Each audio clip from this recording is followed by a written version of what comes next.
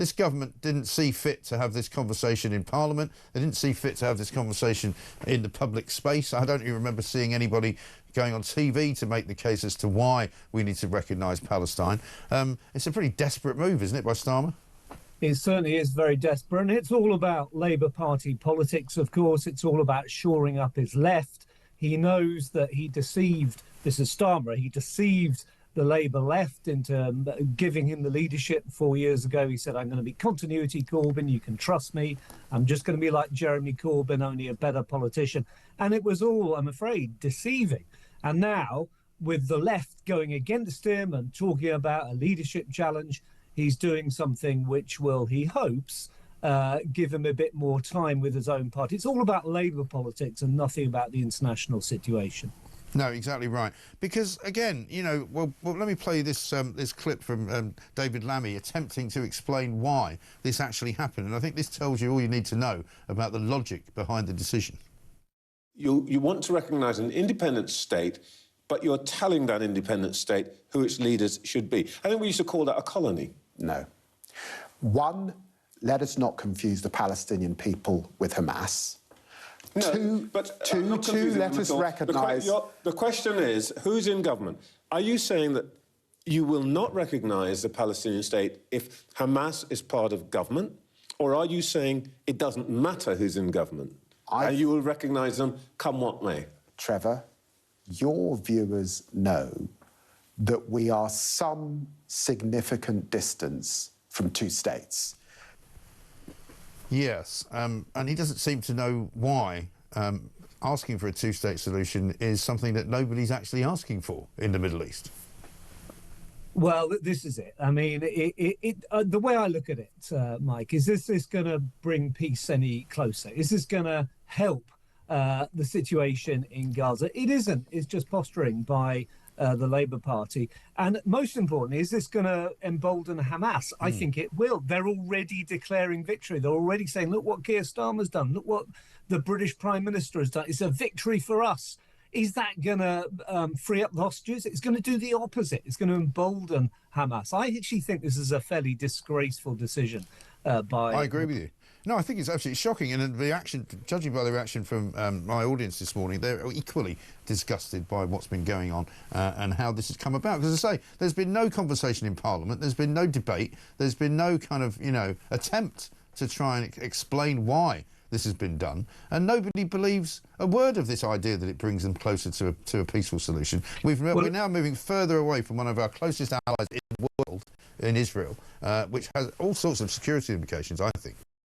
Yeah, and there's a quote coming out from Hamas yesterday. This is the fruits of October the 7th. In other words, this is the reward we are getting from Britain and Canada and Australia for what we did on October the 7th. In other words, they're going to be emboldened. They're going to say, the more we play hardball here, the more we'll get recognition from weak prime ministers like Keir Starmer. Yeah, it is absolutely shocking. One thing we can look forward to coming up shortly this weekend, I suppose, is the Lib Dem conference, which is going on. Ed Davey appeared on Sky News answering some quick-fire questions. Check this out. Sarah Davey, quick-fire round here. Coffee or tea? Tea in the mornings, coffee in the afternoons. Dogs or cats? Cats and dogs. I love them both. Fish and chips or pizza? Fish and chips. Jet skiing or hobby horse jumping? Jet skis. What do you usually grab for lunch? Normally it's a bit of soup and maybe salami. Favourite novel? I've just read There Are Rivers in the Sky, which is fantastic. Favourite song? Of course, it's Sweet Caroline. Trump or Musk? Neither. Any phobias? Don't like Donald Trump, don't like Elon Musk. I see. Well, that doesn't make me... It doesn't get my vote, I'm afraid. No, I mean, it's a pretty tricky situation to be in with those quick-fire questions. You suddenly think you're going to say something stupid, something's going to come back and haunt you. Well, he always says something stupid. That's the great thing about Ed Davey. Well, he always... It reminds me a bit of Gordon Brown having to check with his advisors what he should say if he was asked what his favourite biscuit was, in case he said something silly. But yeah, it's not great for the Lib Dem leader, that little quick fire round, is it? No, it really isn't. And I suppose the story that will be of most interest, certainly to the people listening and watching this show, is Nigel Farage on the front page of the Telegraph saying that he's going to kick out hundreds of thousands of people. The Boris wave, 3.8 million people who came here in the wake of us leaving Brexit. They moved to the UK under more relaxed rules thanks to Boris Johnson, and they're all still here. Yeah, they are. And, you know, this just shows that Farage has absolutely hit a nerve with everything he's saying about both legal and illegal immigration. And it's the former, it's the legal immigration, of course, is actually by far the bigger issue. You know, 750,000 people coming in here every year legally. And he's saying we've got to get on top of this. The illegal migration across the channel, of course, gets the headlines, but it's the illegal migration, people coming here with visas, students then getting a visa to stay on in the UK, that is actually the far bigger issue. And I think Farage is right to tackle this. He's just got to be careful he doesn't throw out the baby with the bathwater and penalise a lot of people who have made a contribution to this country, been here for years and decades, having the right to remain.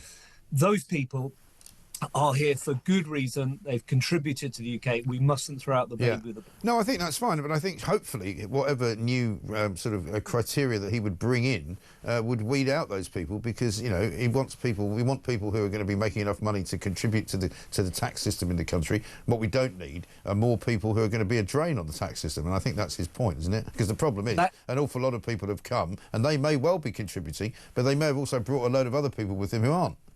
Yeah, that's absolutely true. So he's just got to get the definition of this right. I mean, if he can save 230 billion, it does seem to be a fairly big number, that, and a number that I struggle to believe, 230 billion. It's easy to say when you're in opposition, more difficult to actually do when you're in government. Let's see what Farage comes up with after 2029. Yeah, well, I don't think he's going to have to wait that long, to be honest, Robert. I don't think this you know, the doings of this government over the weekend have not in any way diminished what was going on before this weekend and before the Donald Trump visit. I think a lot of people got a bit distracted during Donald Trump's time here last week because they forgot that the Labour government was running this country literally into the ground. And then we see them come back with this Palestinian decision at the weekend. So now today we can start again to look at exactly what they're actually doing with our money, what they're doing with the economy, what they're doing with the numbers of people who are unemployed, because it looks as though now I think unemployment is going to hit a 5-year high, according to a piece in the Telegraph. Unemployment on course to hit a 5-year here. Struggling businesses brace for the Chancellor to launch yet another tax rate. Joblessness rate is expected to hit 4.9% in the next year. Yeah, I mean, there is no doubt in my mind that Labour has crashed the economy. This is a phrase that they fondly use about Liz Truss. Well, to me, they've done exactly the same. I think the budget coming up is going to be an absolute disaster. One way or another, what Rachel Reeves has got to do is put up taxes, because she doesn't have the stomach for cutting spending, and her own side won't allow her to do that. So it's going to be another tax-raising budget. It's going to be another economy-destroying budget. And if Starmer is to survive till 2029, or if Labour is to survive to 2029, then something's going to have to change very rapidly in number 11 Downing Street. Starting with the upcoming budget. Yeah, exactly right. I'm not sure they've got anywhere to go. Meanwhile, another interesting story from the weekend, I don't know if you've seen this one, a call for a police probe into a claim that her Prime Minister's top aide Morgan McSweeney hid £700,000 worth of donations to boost Keir Starmer's political career. This goes back a few years, but it's basically, it could be anyway, a breach of electoral law. Interesting, because it then ropes in various people who are now supposed to be in charge of electoral law. Yeah, now this one to me is far more serious than Mandelson. It's far more serious than the Paul Ovenden, the advisor who was sacked last week for various nasty WhatsApp jokes. It's even more serious than Rayner, because this is what the accusation is, that Labour Together, this campaign movement that tried to get Starmer into Downing Street, try and win the Labour leadership from Jeremy Corbyn, deliberately hid donations from the Electoral Commission for political gain. They didn't want to show the wider Labour Party how many donations they were getting for Keir Starmer, where those donations were coming from. So they the accusation is that they deliberately said, this is human error. That's why we failed to declare these donations. If that is proved accurate, this could be very serious for Morgan McSweeney and the knock-on effect, of course, for Keir Starmer. Yeah, because it sort of is stretching credulity slightly, isn't it, by saying that, you know, up until this particular date we were managing to register all of the donations we were receiving, but then when suddenly loads of money started coming in, we weren't able to register it because we made a mistake. And you kind of go, really? You know, and as they say in Scotland, do you think my head zips up the back?